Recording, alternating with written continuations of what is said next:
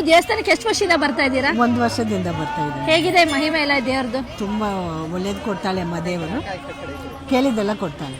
ಹೌದಾ? ನೀವು ಕಾಯಿ ಕಟ್ಟಿದ್ದೀರಾ? ಕಾಯಿ ಕಟ್ಟಿದ್ದೀವಿ. ನೀವು ಅನ್ಕೊಂಡಿದ್ದೆಲ್ಲ ಆಗಿದೆ ಅಲ್ವಾ? ಹೌದು, ಅನ್ಕೊಂಡಿದ್ದಾಗಿದೆ, ಒಳ್ಳೇದೇ ನಡೆದಿದೆ ಎಲ್ಲ.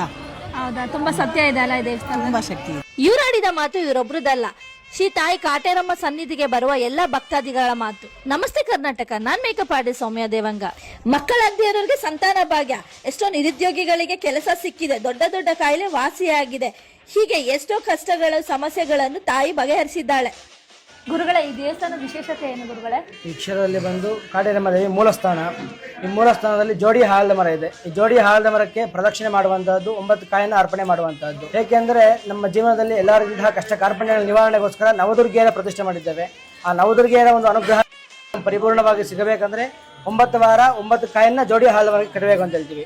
ಇಷ್ಟು ದೋಷ, ಮಾಟಮನ ಸಮಸ್ಯೆಗಳು, ಗಾಳಿ ಸಮಸ್ಯೆಗಳು, ಎಲ್ಲಾ ರೀತಿಯ ಸಮಸ್ಯೆಗಳು ನಿವಾರಣೆ ಆಗಲಿ ಅಂತೇಳಿ ಆ ಪ್ರತಿಜ್ಞೆ ಮತ್ತೆ ಅರ್ಪಣೆಯನ್ನು ಮಾಡ್ತೀವಿ. ಪೌರ್ಣಮಿ ಎಂದು ಕುಬೇರ ಮಹಾಲಕ್ಷ್ಮಿ ಯಾಗ.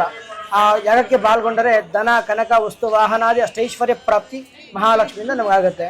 ಪ್ರಾಹಿ ಹೋಮಕ್ಕೆ ಪಾಲ್ಗೊಂಡ್ರೆ ಭೂ ಸಮಸ್ಯೆ, ಕೋರ್ಟು ಕಚೇರಿ ಸಮಸ್ಯೆಗಳೆಲ್ಲ ನಿವಾರಣೆ ಆಗುತ್ತೆ. ಸನಾತನ ಧರ್ಮಕ್ಕೆ ಸಾಕ್ಷಿ ಎಂಬುದಂತೆ ಸದ್ಯದಲ್ಲೇ ವಿಶ್ವದಲ್ಲೇ ಸುಮಾರು 252 ಅಡಿ ಎತ್ತರದ ತಾಯಿ ಪತಂಗಿರಿ ದೇವಿ ವಿಗ್ರಹವನ್ನು ಪ್ರತಿಷ್ಠಾಪನೆ ಮಾಡುತ್ತಿದ್ದಾರೆ. ಬರುವ ಭಕ್ತಾದಿಗಳಿಗೆ ಅನ್ನದಾಸೋಹ ಕೂಡ ನೆರವೇರಿಸ್ತಾ ಬಂದಿದ್ದಾರೆ.